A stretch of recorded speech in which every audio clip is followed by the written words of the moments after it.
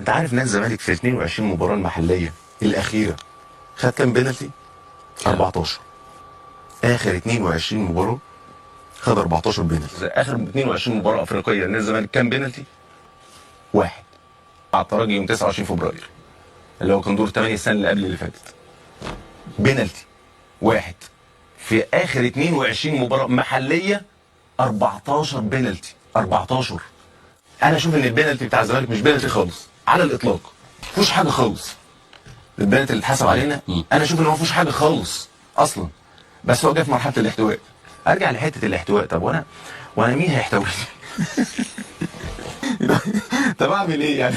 مرة حكيم جاب الاسد قال له بيهاجموا منك ازاي وبيخافوا منك ازاي وبترعبوا منك ليه؟ اديني عماره يعني.